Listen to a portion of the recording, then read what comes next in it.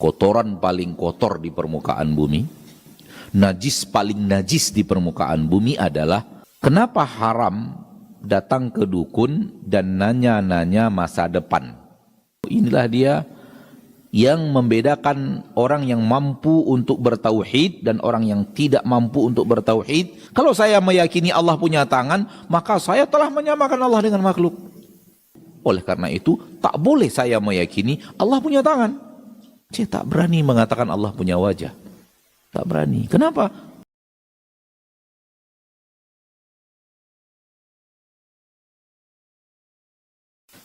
Belum lama ini Anda mendengarkan salah seorang ahli ilmu mengatakan, saya ingin menukilkan kepada antum.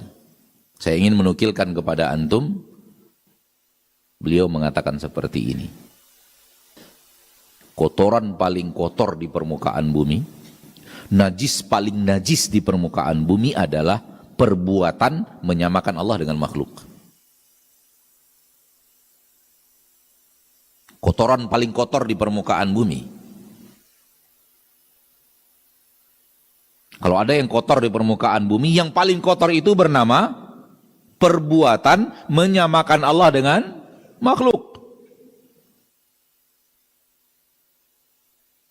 Kalau ada najis-najis yang sangat banyak di permukaan bumi, najis yang paling najis adalah menyamakan Allah dengan makhluk. Itu najis yang paling najis.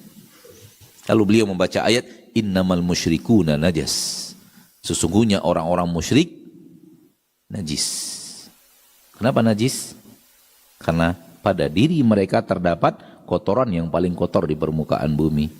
Najis yang paling najis di permukaan bumi. Bernama apa? Menyamakan Allah dengan makhluk. Menyamakan Allah dengan makhluk. Maka akidah muslim, akidah Ahlus Sunnah berdiri pada pondasi yang sangat kuat dan kokoh bahwa tak ada kesamaan sedikit pun antara Allah dengan makhluk. Kecuali hanya penyebutan. Kecuali hanya penyebutan. Kenapa haram datang ke dukun dan nanya-nanya masa depan?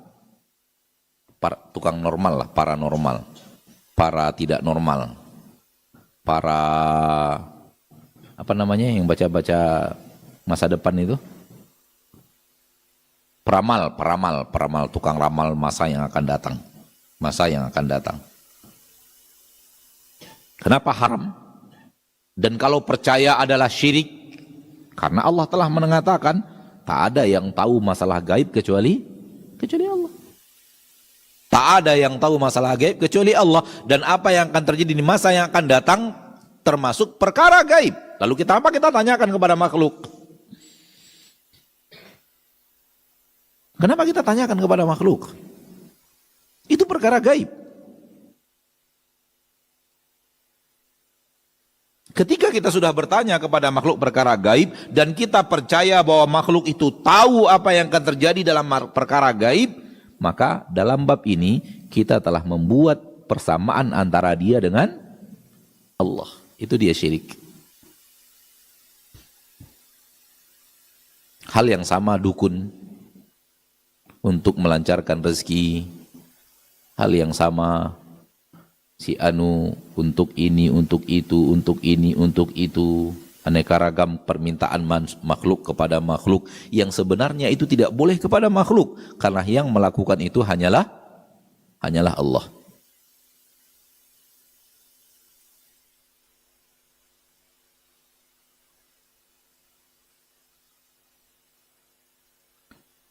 Maka tegakkan pondasi agamamu wahai muslim, wahai muslimah.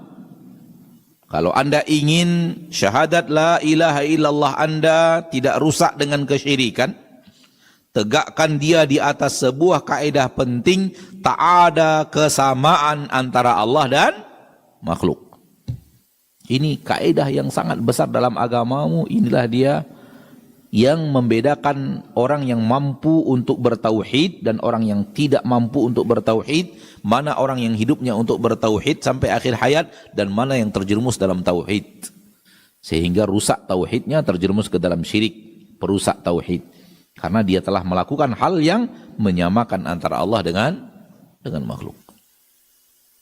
Kenapa kita katakan meminta kepada api syirik? Sama juga meminta kepada dukun juga syirik, sama-sama meminta kepada makhluk.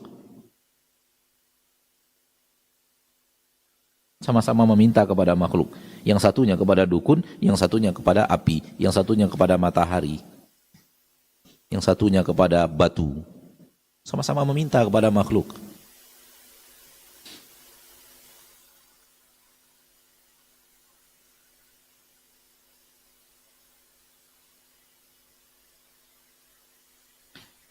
Sudah paham insyaallah?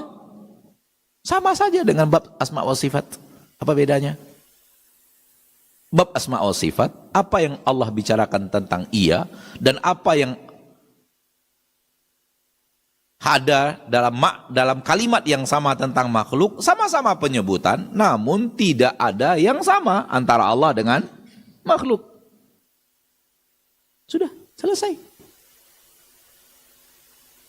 Tak rumit-rumit.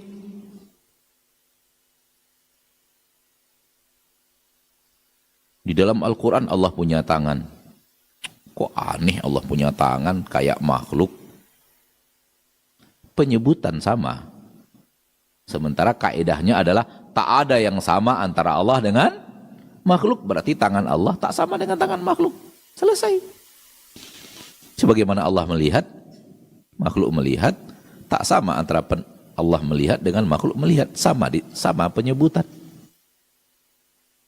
Apa yang rumit?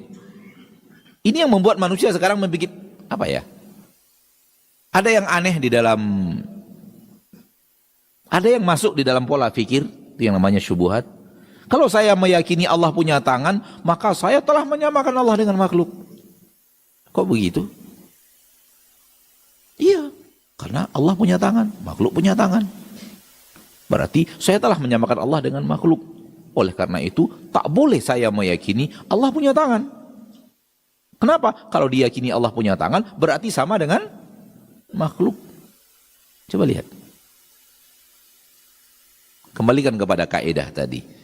Hal yang terbesar di dalam Al-Quran bahasannya tak sama antara Allah dengan makhluk. Oleh karena itu, ketika Allah mengatakan Allah punya tangan, tambahkan saja tak sama antara Allah dengan makhluk.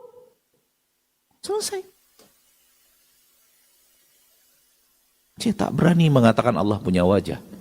Tak berani. Kenapa? Karena makhluk juga punya wajah. Ya akhi, Allah mendengar? Iya. Makhluk mendengar? Iya. Tapi soal mendengar, beda Allah mendengar dengan makhluk. Hal yang sama. Beda Allah punya wajah dengan makhluk punya wajah. Dua hal yang berbeda. Karena ini semua berdiri di atas pondasi, tak boleh menyamakan antara Allah dengan makhluk. Semua ini babnya sama.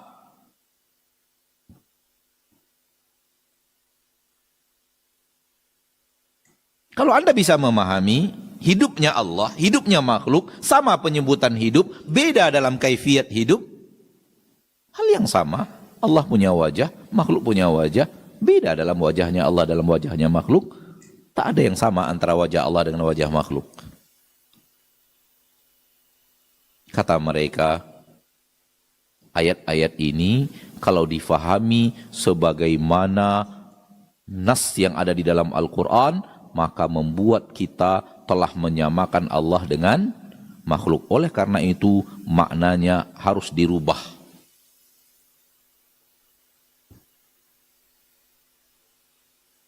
Ketahuilah, tindakan sebagian kaum muslimin mengatakan itu karena tidak kokohnya ilmu tak sama antara Allah dengan makhluk.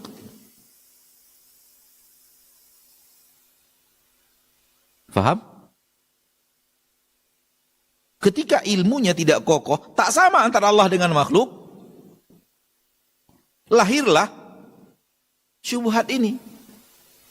Sebenarnya tak perlu. Sebagaimana Anda bisa memahami Al-Hayyul Qayyum, Allah maha hidup, Allah maha berbuat. Tak sama antara hidupnya Allah dengan hidupnya makhluk, berbuatnya Allah dengan berbuatnya makhluk. Harusnya Anda juga sama, memahami hal yang sama, wajah Allah dengan wajah makhluk, dua hal yang berbeda. Sama, kaidah yang sama, berdiri di atas pondasi yang sama, bahasan ilmunya sama, kenapa dipisah-pisahkan?